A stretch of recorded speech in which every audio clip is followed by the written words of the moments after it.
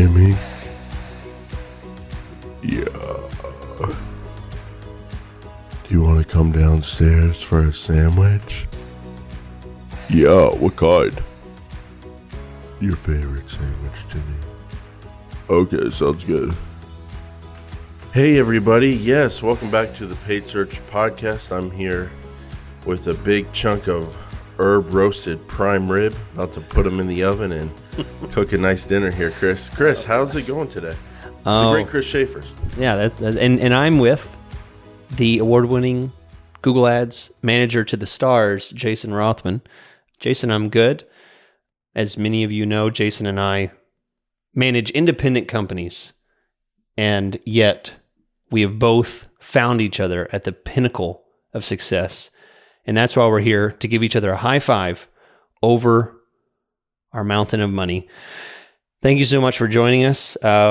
And it's a beautiful summer day here in Texas. Jason, I assume the sun shines on Oklahoma as well.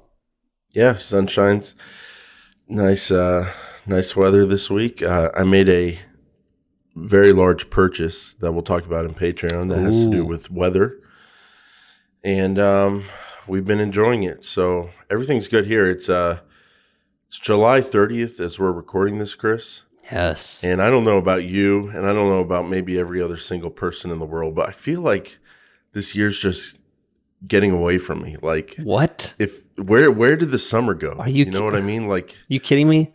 This month is dragged on.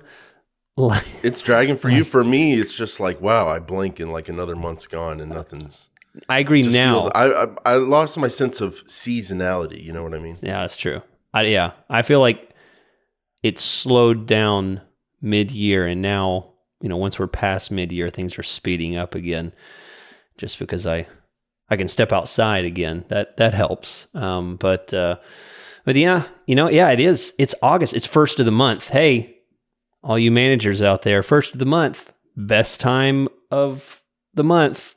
Not really, but hope your reports are going out, your client calls are going well, and for those of you that have figured out how to completely avoid that stress, you know what? Shut up. That makes me mad. Don't talk to me. But for the rest of us, the 99% that are still trying to squeeze by and get everything we can done in the 8 hours, the 10 hours, the 12 hours of the day that we are not sleeping or doing other things, we're struggling.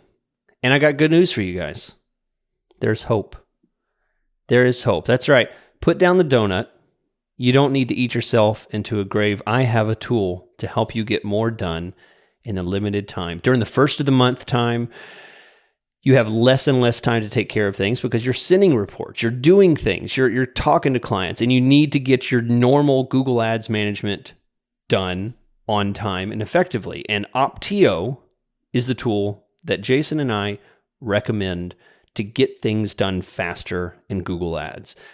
Every week, I talk a little bit about some of the things that I like and try and explain about why this is such a great tool. I'm going to share another thing. There's one thing that Google added in the past couple years, which is a very nice looking graph where you can put a couple metrics together, move your mouse around, see different numbers. Guys, this graph, if you've seen Optio, this graph isn't where it's at. Optio has graphs, right? There's all kinds of ways to look at these metrics, multiple graphs on one screen. I like graphs. I like to see trends. I'll often see trends in graphs that I don't see in numbers, because when you look at something over a scale of time, you'll recognize like, wow, we're up 200% on click-through rate. And I didn't realize that because it kind of creeps by week, and I didn't realize how much higher I am than I was 2 months ago. These graphs are great. Visualizations of your data can make a massive difference, and this is all part of a suite that you can use of all kinds of tools within Optio. Optio.com/PSP2 for an 8-week trial. That'll get you through a couple of months, a couple of first of the month situations where you need to get more done faster because you have reports to send out. So this is a great tool. Go check it out, opteo.com/PSP2. And be sure and support our sponsors because they keep us here with you every day. Thanks, Chris. And yeah, it is a great time to try your free offer from Opteo, your free trial, because it is the first of the month. And Chris, I would say the first of the month, that is just that if you can master that as a Google Ads manager, whether you're in-house or working outside as an agency or freelancer, that really is one of the hardest parts of the job, is that cycle that comes each month. So if you can get that down and get a good tool that you like working with, really helps. So today, Chris, we're going to be talking about how to grow the Lazy Man build after launching it, how to manage it, and some different questions that come up. We did our Lazy Man build last week, and it's actually trending as one of the most quickly downloaded episodes ever. Wow. So we can see how many downloads we get over the first 30 days, first 7 days, and so on. And this one is getting a lot of listens and shares, and we appreciate that. And I think it's because it's a different kind of take on the build process. And also, I think it's also a problem that a lot of people knew they realized they had once they heard someone describe it, but maybe they didn't know how to name that problem, but they were struggling with that sense of like, wow, it's taking me multiple days to build something out. And then I go back and redo everything anyway and don't use 90% of it. So I think it's kind of exposed a problem to a lot of people that they couldn't really put their finger on before. But now that we've explained it, they're like, wow, that is a different way of looking at it. So got a lot of reviews coming in. This one's from Canada. It's from Alex, 5-star review on Apple Podcasts. Excellent PPC content for any skill level. I'm not entirely sure I should be taking advice from someone who cannot pronounce poem, but after listening to hours of this podcast, I'm sold. It's an excellent digital marketing resource presented in a unique conversational way. Highly recommended. Yeah, well, I don't take enunciation advice from Yankees, but thank you. Thank you so much for the review. I guess you don't take geography advice from anyone. No, no. Because if he's up in Canada, right, that would not be a Yankee. Well, north. He's north. There's Texas and then there's Yankees. In South America, what is the southern... No. What country represents the most southern tip of South America? Okay, that's easy. Wait, South America? What? Oh, shoot. South America. I just looked at... What country is closest to Antarctica? The most southern part. I just looked at this the other day. America. I really did. I was looking at a map. You're Googling it. It's not fair if you Google it. Well, I know the answer, but I just want to verify it was like, make fun of you not being able to know it. Was it like... No, I don't remember. It's a couple different... Well, you got to say a name. Well, it's Patagonia. That's what it is. Patagonia. I mean, do you it's very interesting, Chris. I thought it was Argentina, but the western side of South America, there's Chile, and it kind of wraps around at the bottom. And I think you could argue a part of Chile is the most southern. Yeah. That's kind of debatable. That's true. Yeah, I was actually, believe it or not, I was actually looking at a map the other day because I inherited a world book collection from a grandfather from 1964. Pretty cool. Like all the pictures are just not pictures, they're drawings. Because they didn't have a whole lot of photography that they could afford to put in there. So they had a lot of drawings. And so it was lots of drawings. So I'm enjoying looking through it. And I was looking at Antarctica. And I noticed, I was actually looking at that a couple weeks ago. And I noticed when you look at Antarctica straight on, north and south, all the countries kind of bend, because of the way that the world is kind of curved like that at the bottom comparatively when you look, as opposed to looking at it from the side. It puts a whole new perspective on the curvature of the countries. A few weeks ago on one of the cable news shows I watched, they were talking about how all the current maps that we have of the world are actually not accurate.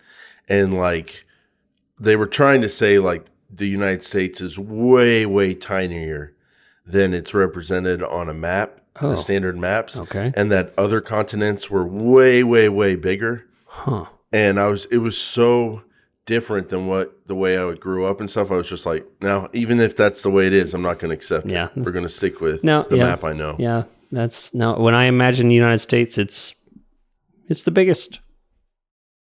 Chris, what's warmer on average? Greenland or Iceland?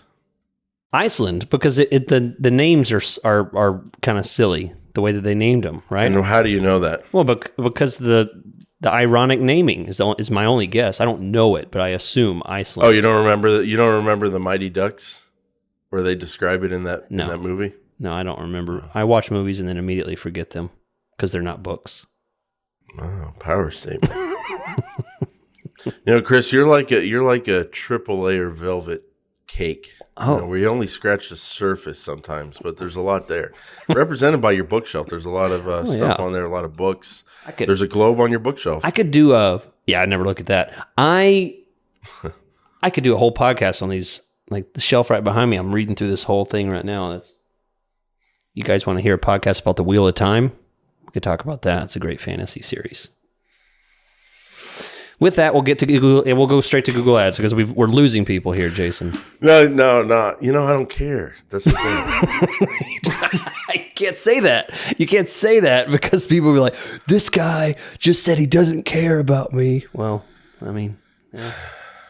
No, I'm confident in the product we put out. That's true. We'll get there. We don't have to use the words actionable insights. We don't have to create notes for the podcast. We give gold.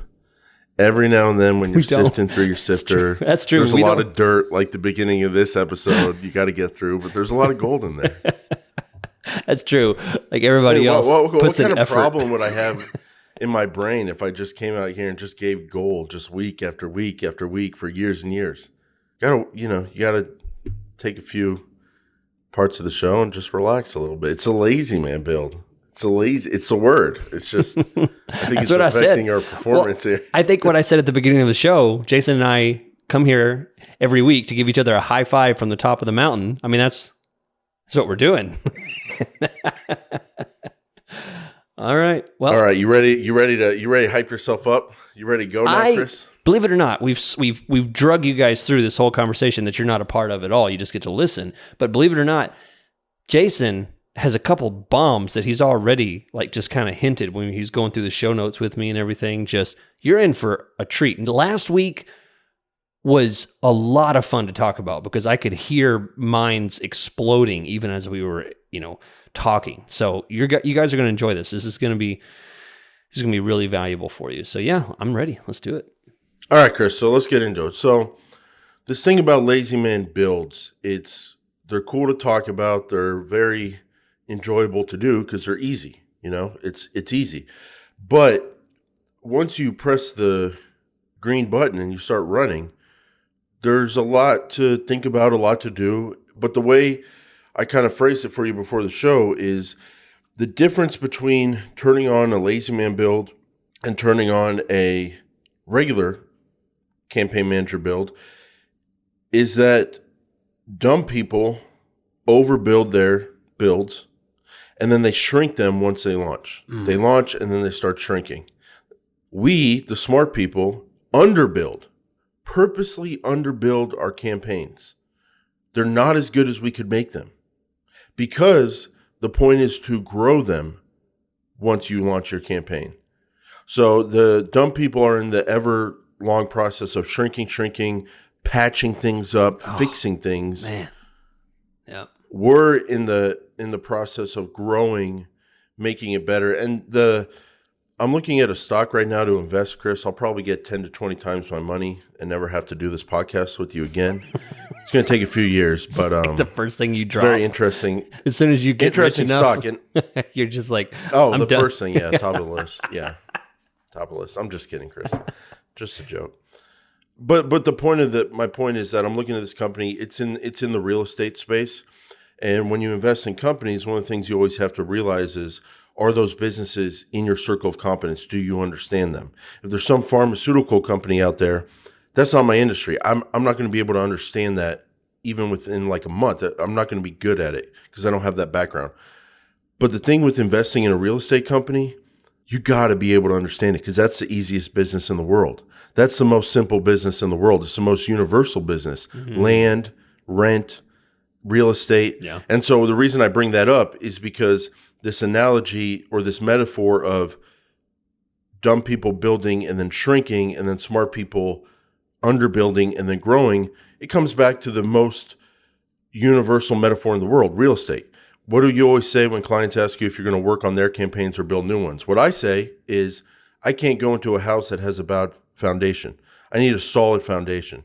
So it's a classic metaphor. If we're going to build something, build it right. And whatever you do at the beginning of building a house, you're going to either benefit from that years and years later, or you're going to pay the price if you have a bad foundation. And so to me, that's what these lazy man's builds do. You're conservative with it. You build small, but because you build small, you can build right. And you have that amazing foundation where you can grow on and you don't have to fix things. I saw when I said the word patch things up, that really struck a chord with you. Yeah. Because I think you've been there where you overbuild and then you're trying to do patchwork. Just speak to that, Chris. Does this connect with you, the idea that you're growing, not fixing, once you start launching a lazy man? Yeah, absolutely. I mean, I always have to think of the latest example of what I'm working on because I like to be very practical in my discussion on this. And the fact is, when I look at something that's built out wrong, over-engineered, let's say, something's over-engineered, someone who has so much confidence in their ability to control search traffic and that they know every avenue that the person will search so far that they'll go as to block search terms. They'll set up Avenue A and Avenue B, Avenue C and D, and on 1,500 times. And then they'll be so confident that they'll block Avenue A from everything else so that only the keywords come through Avenue A that are referencing A and B and C, for each one of them. They think that they've covered all their bases. And I was just looking at a campaign the other day, reviewing it, and I saw the exact opposite of that happening. They're literally spending more per click because they've set up so many avenues. They've over-engineered the entire thing that they're paying more per click because they're having to make sure this keyword comes through this channel and this comes through this one. And there's no opportunity for the system to optimize based on what has the best ad rank for that search term and to show up in the proper funnel, the proper channel. And it was falling apart. I kept seeing B come through C and D come through A, and just everything was mixed up. And when you look down at the details, it was a mess. And my approach is, let's rebuild it. Let's rebuild and start simple with what we know. And it's been working great. So I love it. I think that's a beautiful way. Dumb people overbuild and shrink, and smart people underbuild and grow. I think that's the beauty of an underbuild is it's not impressive to look at. It's not amazing. It doesn't visually show off the years and years of experience you've accumulated, but that experience is still there because what you've done is you've kind of not messed anything up at the beginning. You've given yourself the ability to have a perfect campaign at some point, whereas these overbuilds, you've just taken a perfect campaign off the table right from the start, most of the time when you build it that way. So that's kind of the mindset. The mindset when you're running and turning on and launching a lazy man build is to grow and to kind of grow to that pinnacle of a perfect campaign. So the question is, how do you do that? What are you looking at early on? Well, Chris, the first thing every Google Ads manager is going to deal with is ramp up. And let's all pull up the documentation and all the blog articles written about ramp up right now. Oh, wait, there's nothing. And it's something that I created because I'm smarter than every person on the planet.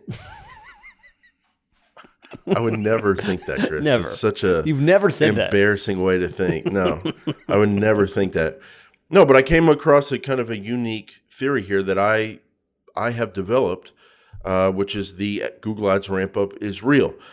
You're bidding $30. Someone else is bidding $30. They have a quality score of 5 oh, not a great quality score, blah, blah, blah. You don't have any quality score. Yeah, you have nothing. So what are you going to talk about their 5 for? So if you're bidding with nothing, they're bidding with a 3, a 4, a 5. They still have a way higher ad rank than you. And even though you see your ad, you see it in the preview tool, it just seems like stuff is weird during the initial time period. So the question for you is, Chris, you just built a Lazy Man. The client said, turn it on. Literally, what is your sit there time period? Do you check it later that afternoon? Do you check it the next day? Do you check it in 1 or 2 weeks? How long do you let it sit there before you check it? Okay. So, I mean, definitely not weeks. I mean, I check it the next day. I certainly don't let it go beyond 24 hours. So you block off an hour of your time to go through every single detail of that account. You block off 3 hours of your time. Or by check, do you mean 10 seconds? Right. Well, okay, good. Because that's all I'm doing. I mean, I check it too, but I don't want to give the false impression that there's a ton of data to analyze and that's things to do. That's a good point. Yeah, that's a good point. So no, yeah, I do check it. But when I say check, I mean check. I mean, like, I make sure there's no super obvious issues like, is it running? Is it getting clicks? Does it have impressions and no clicks? Does it have impressions? Yeah. Does it have impressions, period? Are there some keywords that have already spent 80% of the budget and nothing else is spending? You know, are there any giant holes in my negative keyword list that is only a few keywords long that I immediately need to add? So I'll check the search terms. Things like that. Stuff that's just, is my boat sinking already? And if that's not happening, I don't go in and start adding new keywords.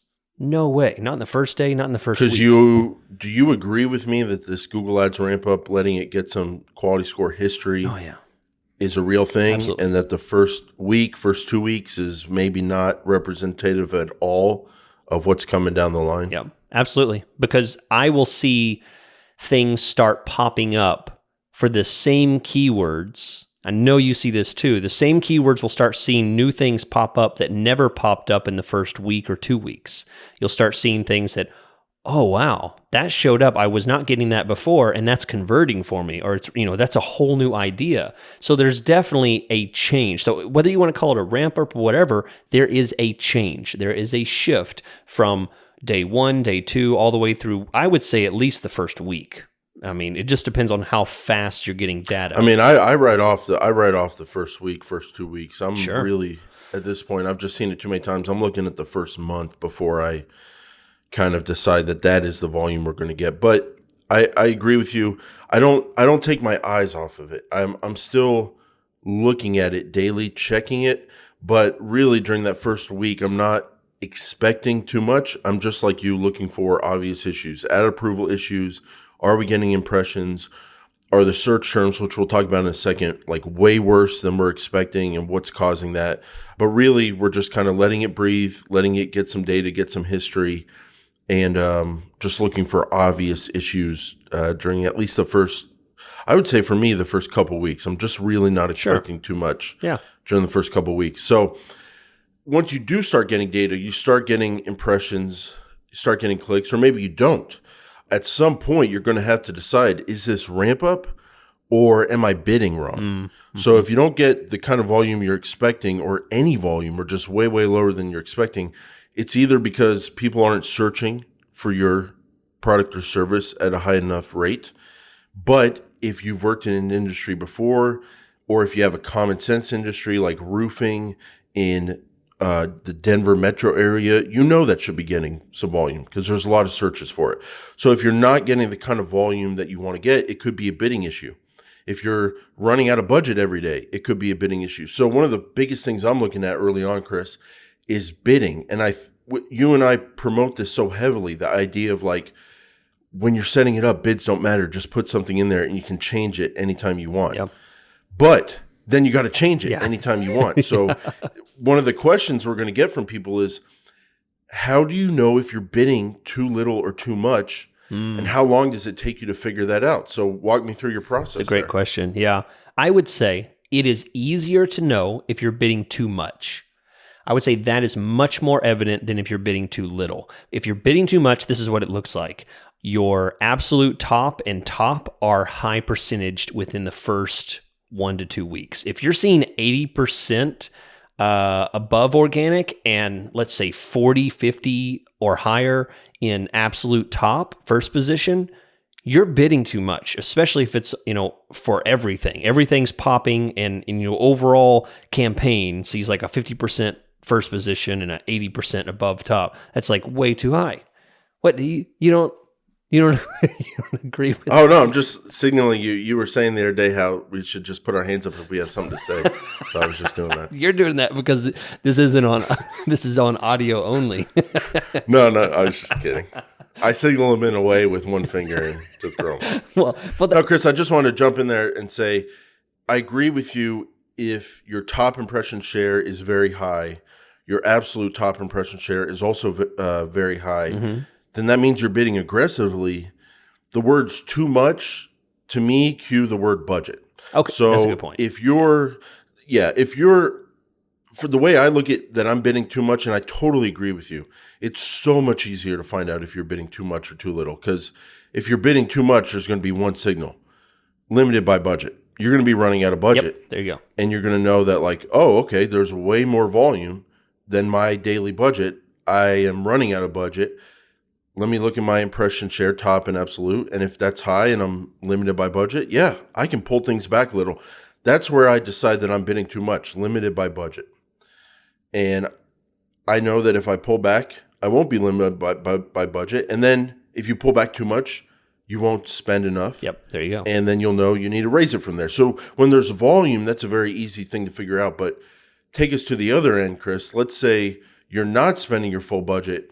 What steps do you go through to decide if that's a volume issue, if that's a ramp-up issue, if that's a ad copy bad quality score issue, or if that's a, hey, I'm not bidding enough issue? How do you decide that? So for me, the way it looks is finding out if I'm bidding too little is not an instant answer. It's over days. So I start bumping the bids by percentages. Depending on how aggressive I want to be, it might be a 25% bump, a bump, 50% bump, 100% bump. I start bumping the bids. And eventually I'll find out just how much I'm underbidding, or the fact that keyword has no traffic, or it's totally unaffordable. Or that group of keywords, that topic. Yeah, that whole topic or your location's too small. I'm off. It's a good point too. Yeah. Mm-hmm. Yeah. It may turn out that, you know what, I'm way too narrow on this. I cannot do just one state or one county or something like that. So yeah, that's really what it's going to look like. There is no direct answer. There's no number that's going to say, because there's so many factors. It could be the quality of your keyword. It could be competition. It could be your geographic settings or your ad schedule or anything like that. You're targeted way too low in the funnel, and people just aren't looking for that. You need to take a step back and be much more broad with what you're targeting. So there's no direct answer, and it's just a progression. Try and fail until you eventually find out, oh, wow, this is like a $30 CPC minimum. I'm actually going to have to spend that I much. used to run this industry in rural Iowa, and it was a $5 CPC. Now I'm running in South Florida, and it's a $25 CPC. There you go. Yep. You find out things like that. So when you're not spending your full budget, and it doesn't seem reasonable. So let's if you put on $1,000 daily budget in a moving campaign in a small area, you're not going to spend your full budget ever, because there's not enough volume. But if you have a budget that's, say, $30 a day or $50 a day, and you know that market is way bigger than that, and you're still not able to spend your daily budget, and you see your top impression share very low, you see your absolute top impression share almost never at the absolute top, that's how you kind of know, hey, I might be bidding way too low for this market. And it sounds like with bidding, that's the thing you're trying to decide. If you're not spending your daily budget and your daily budget is reasonable, it's either a million other issues or you're bidding too low. And it sounds like you're trying to rule out the bidding too low first, because that's the most common reason why, or at least the easiest thing to fix.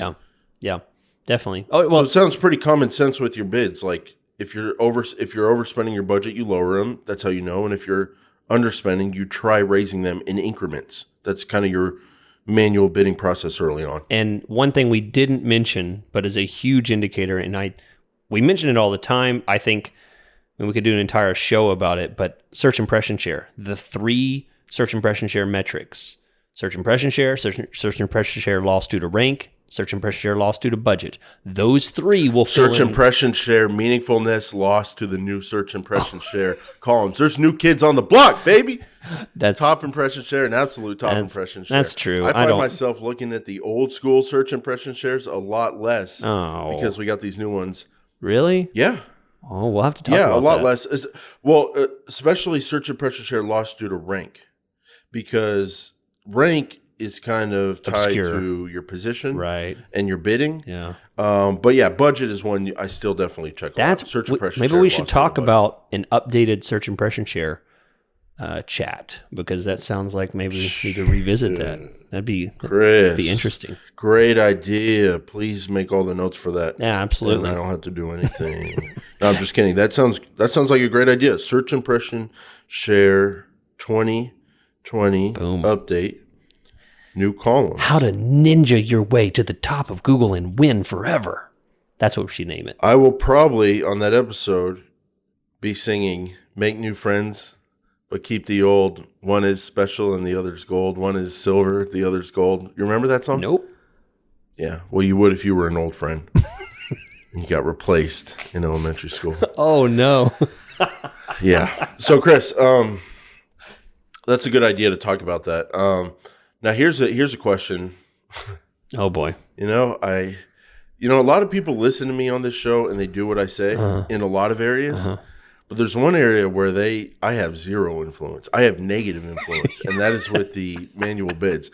The more I talk about manual bids and how much money they've made me and how they've changed my life and how I love them and how they give me total control and I get the best performance on planet Earth, the more people want to use automated bids and talk about them in our Patreon page. and we get on the Facebook group. We get messages through our website of people like, hey, I know you guys talk about manual, but have you really thought about automated? Yeah, I agree. And you haven't asked the question yet, so I'll let you ask the question, then I'll answer it, because I know your answer. Your answer is no to the question you're about to ask. Okay. Oh, actually, I do this. What has to happen for you to switch to automated bids early on? So the Lazy Man build, that, as we described it, contains manual bids when you start.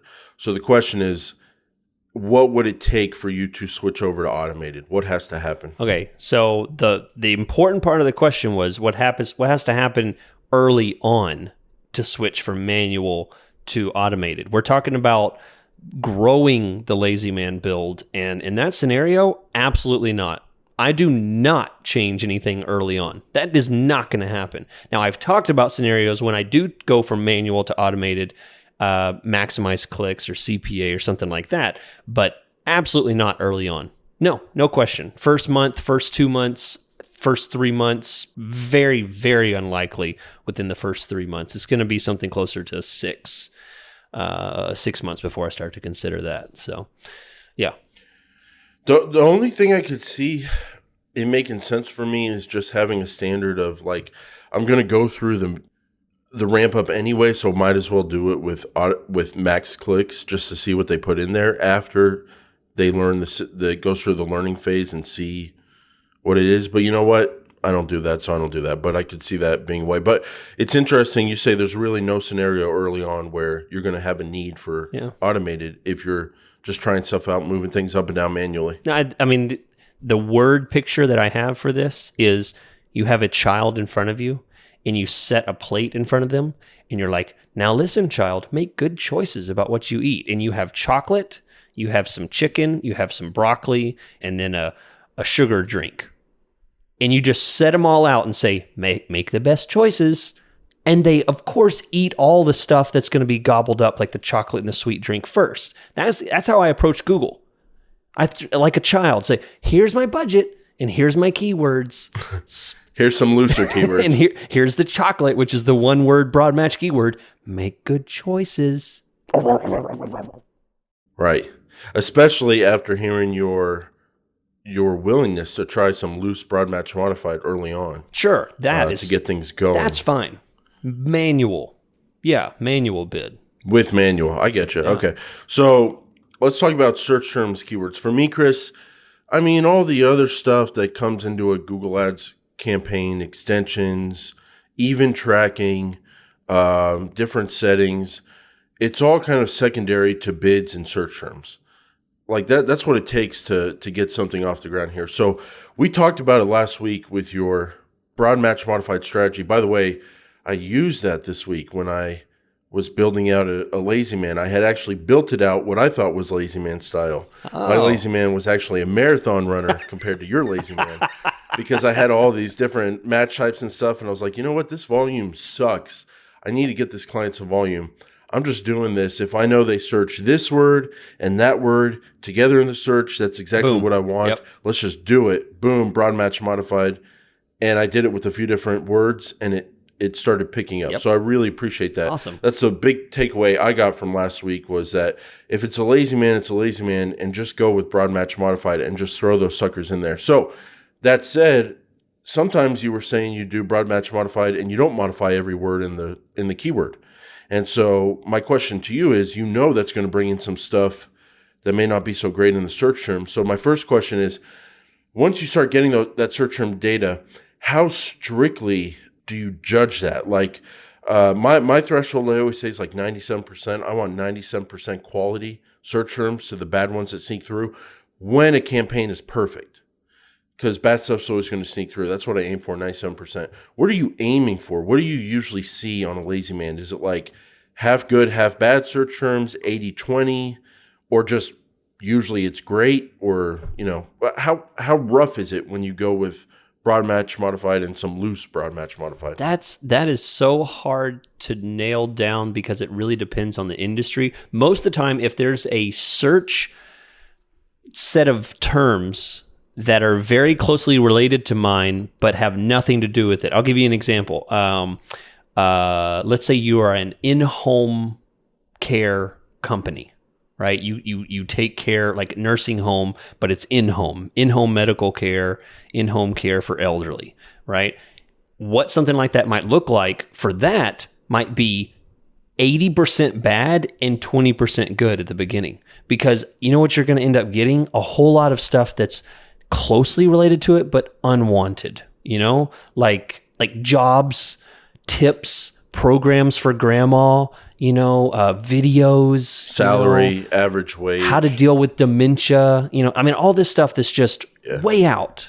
And then let's do something that is, you're selling running shoes, or you're selling a weight loss or a gym program or something like that. There's tons of searches that kind of hover around that, and they all could be good, because anybody who's searching, they're all a lot closer to quality. They're all a lot closer. So that might be 80% good, 20% bad. So it really depends on how much of that, hover junk is good and how much of it is bad.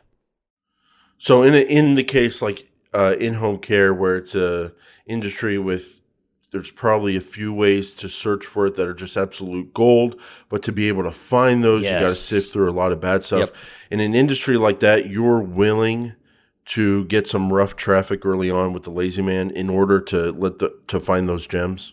That's part of the process. That's a great way to say it. Absolutely. Because it actually helps me 3-6 months down the line, because I immediately find that junk and block it. Boom, there's a negative keyword. Boom, there's a negative keyword. I'm never going to get that again. Once I get the clicks and I see it, I'm never going to get it. I don't have to deal with that later. I can be much more lenient with my terms, because a smart man grows his negative keyword list rather than overbuilding and shrinking. I talked about it in Patreon last week. I had a client, could have been a client, could have paid me money for years and years, but they weren't looking for Google Ads Management. Apparently, they were looking for a proposal first, that guy. And then Google Ads Management. And that was a great story. They very much, good story. Man, you should have seen my attitude about this business after that call. I was like, what am I doing? But so they love their proposal. But, I have this whole new thing I'm kind of working out in my mind, Chris, a new theory I'm going to polish off with nice catchphrases and all that. But the thing I'm working on is that there's no such thing as a proposal with Google Ads Management. Your first 3 months of bad data is your proposal, or your first quarter of running is your proposal. And like, okay, what is the cost per click in this industry? How much could I spend? What's my cost per lead going to be? How do people search for this? What are all the great keywords? The best and most real way to get that information is to pay for it. to run a campaign and start. So that's what I'm kind of working on thinking, and it's good to hear you understand that's part of the process with these broad match modified keywords, and just sometimes you do loose ones.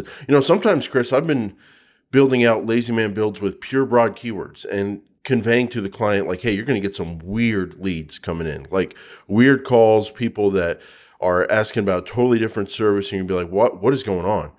Trust me, it's part of the process. We're going to find some absolute gems from that.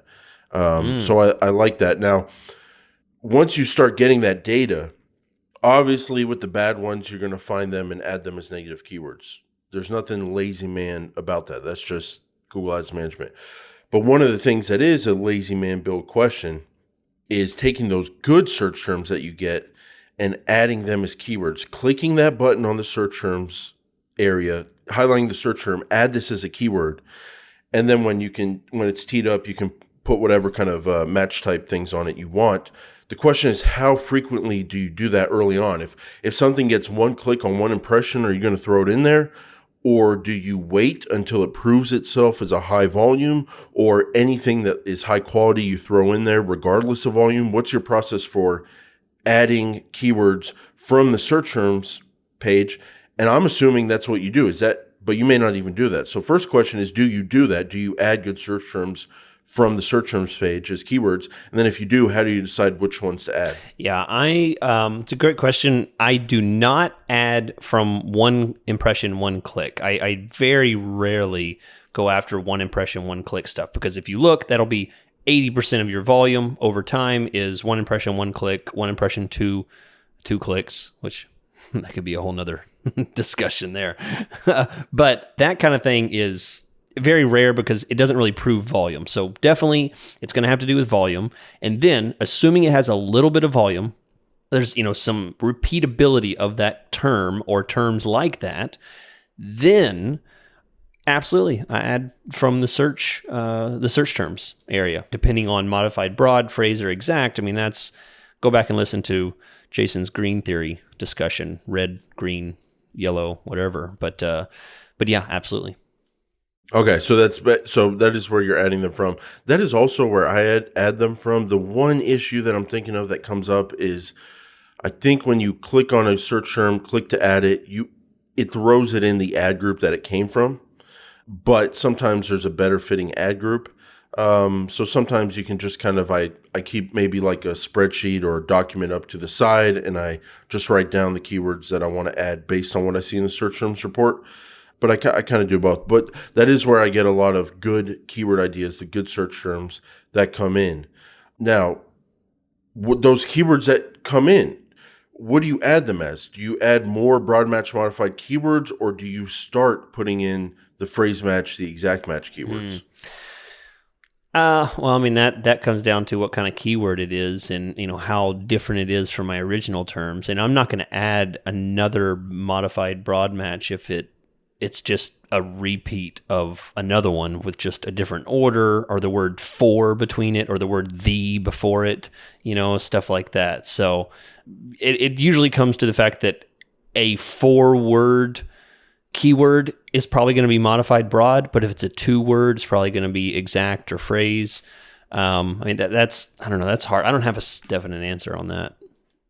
Okay, for me, once I'm past this lazy man build and I'm adding keywords, I'm very much more in the mindset of exact keywords, phrase match keywords, okay, and throwing stuff in there. Just because I have some ad groups developed, I have my broad match modified, and now I'm really trying to get data on those particular keywords. Now, one final thing with keywords, Chris. In 2020, I added a new thing to my search terms review process, and that is adding the keyword column when I'm looking at search terms. Oh, yeah. I never used to do that. I always used to just look at search terms, but now that close variants are a much larger factor on all the match types, I'm always on guard, especially with broad match modified, for what I would call too loose keywords. You're getting bad search terms, you're blocking bad search terms, that's great, but you're fixing the symptoms, you're not fixing the actual disease, which is a bad keyword. So I'm always got that keyword column pulled up, and I'm always on guard, just going like, wait, I'm seeing some bad search terms, but I don't think my campaign's bad overall. Are they all coming from one keyword? Is there one keyword causing a problem here? And I'm on guard to find that keyword and potentially pause it or make it more modified. So that's one final thing with keywords. Now, I think one final thing, the only final thing when it comes to the initial stages of a lazy man are ad groups. That is kind of like the final thing you do to take the lazy man and develop it into an actual full-blown campaign. And before we get into it, remind you guys, if you haven't done it yet, go check out Opteo, opteo.com/PSP2, an 8-week free trial. It connects to all of your accounts. If you're a freelancer, if you're an agency, you can have all your coworkers or all of your employees in the account using this tool to get things done faster. If you have hundreds and hundreds of accounts, or you're working as a freelancer and trying to work your way up and get more, this is a great tool. It will scale with you. And I've talked to many people that speak with me and tell me, yeah, Chris, I've tried it out because of your show, what you've mentioned, and it's one of those tools in my tool belt. You know, it's affordable. It's a great tool to help me think through things a different way. You know, you can't always afford to have a meeting with your client and brainstorm ideas, or have an employee meeting and look through every account and brainstorm things that you don't see. This is a great streamlined way of brainstorming and coming up with new things in a automated, getting things done faster kind of way. So you'll love it. Opteo, opteo.com/PSP2. Thanks, Chris. And now there are things like ads and ad extensions and making sure your conversion tracking is right. And all that stuff is Google Ads management that we talk about every week. And you do that by default. I think in Patreon, we're going to talk about how we look at ads when it comes to a lazy man. Just there's one question we ask ourselves to make sure we've got our ads right and they're not hurting us. And then we're also going to look at common tweaks you can do to fix volume issues with lazy man builds. And then we're going to talk about client expectations, kind of the business of managing expectations with lazy man builds. Yeah. But besides bidding, dealing with ramp up, search terms and keywords, there's one final area of a lazy man build that you have to think about early on that transitions the lazy man build from a lazy man out into getting closer to a full developed Google Ads campaign and account, and that is ad groups. So I'd say the biggest difference with lazy mans compared to regular builds is the amount of ad groups that we use. That is the thing that changes everything. It's getting the amount of ad groups as small as possible and then some. And knowing that, like, hey, if commercial movers and office movers, that is a different word, but you know what? It's closer together than residential moving searches and long distance. So I'm going to put it in its own ad group. You could argue they should be in their own ad group, office and commercial, so the ads match. But the idea of a lazy man is no, it's as quick as possible. They can go together, so we are putting them together. Long distance and office can't go together, but office and commercial can.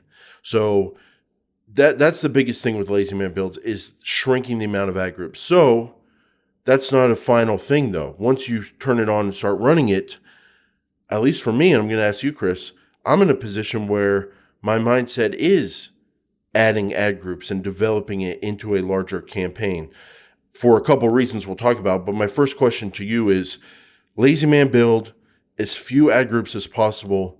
Literally, sometimes that means just one when we do these builds. Wow. Sometimes it means 2, sometimes it means 4 or 5, but it's small. So my question to you is adding ad groups on your mind as you start seeing the data come in during the first few months?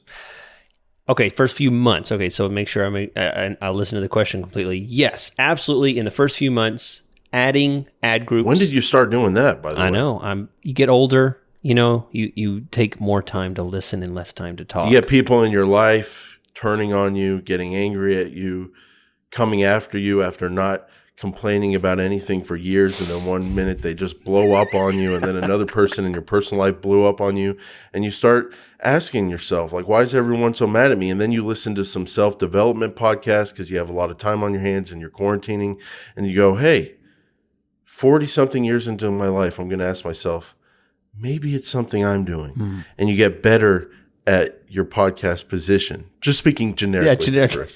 Okay. Just messing with you. So, no, but it's interesting. The reason I say that is because sometimes I ask a question and then you don't know what I'm going to say. Some answer comes in from left field, and I'm like, bro, that's like at the end of the podcast, and we just started. So what are we doing? I've learned my lesson. It's just mind blowing to hear that you listen to the question. So, with that said, if you remember the question, please answer. I'm going to share a funny story in Patreon about whenever I did that, and it was super embarrassing because we had a guest on the show, and I ruined the entire. Oh wow! You may not remember, but I'll share that story again. Probably. I don't know if we ever talked about it, but anyway. Okay, to answer your question, absolutely, I definitely add ad groups. It is something on my radar. I wouldn't say I add them typically in the first week, second week, but I'll tell you when I do, and it's a very specific feeling that I'll have. When I see a search term, specifically a search term, and I have that moment, that moment, like kind of like, is that a thing where I have to copy it and paste it and look in Google to see, is this what I think it is? Like, are people looking for this? And when I have that aha moment, that's when I'll create a new ad group, because I realize, there's a gap here. There's a whole channel of search that I didn't even realize. People are searching for the abbreviation of this, not the full spelled out thing. Or people are adding this secondary term that really qualifies it, So, yeah, that's absolutely something on my radar, and I definitely consider it to be important, and it's an ongoing building process. Okay, I think for me that would be something like you run an orthodontist campaign. They've got a lot of stuff on their website, a lot of different services. When you talked with the client, they weren't too interested in telling you all about their services. They just were like, hey, I want some good traffic. Let's get up and running. I listen to your podcast. I know about the Lazy Man build. Let's just go get some good traffic and we'll optimize it from there. So you start doing that. Then you have a bunch of like great orthodontist keywords that are bringing in really high quality orthodontist near me, orthodontist New Orleans, those kind of searches. But then you start seeing the Invisalign searches, orthodontists that do Invisalign, orthodontist Invisalign New Orleans. And you're like, whoa, we should have an ad that speaks to that. I'm on their website now. I do see they have a service page about that. I'm going to email the client, ask them if that's a big part of their business. Get back, yes, that's my most profitable thing. Yeah. You build out a new ad group. So, and that's a different way of saying this, which is it comes down to, if you want the ads to be different, ads and landing pages to be different for a set of keywords than other keywords. That's one reason to build a new ad group. Another reason is if you want to bid differently on a group of keywords, a service line, than other service lines. That's how I kind of make my judgment there. And you still want as few ad groups as possible over the long term, but you definitely build on with more ad groups once you start running and turn on that lazy man and get data. Again, if you want to bid differently on them, or if you want them to have different ad copy or landing pages. How do you do that? Quick tip for everybody: copying and pasting. You can copy and paste inside the console, or you can do it very efficiently inside the Google Ads editor. Boom, copy, paste. You already have the base of the ads teed up, and then you can edit those ads in the new ad group. In the old ad group, you pause the keywords that you're moving out, if any are moving out. The new ad group, you pause all the keywords that you don't want from the old one, put in the new ones you want. Boom, very simple. So adding ad groups is definitely a big part of it. So with that said, thanks for listening, everybody. We're going to close out our Lazy Man Build talk. Last week we talked about what they are. This week we talked about things we deal with management when you launch them. And we'll go on to Patreon now. And next week it looks like we'll be talking about search, impression, share, columns. Thanks for listening. Thanks for sharing.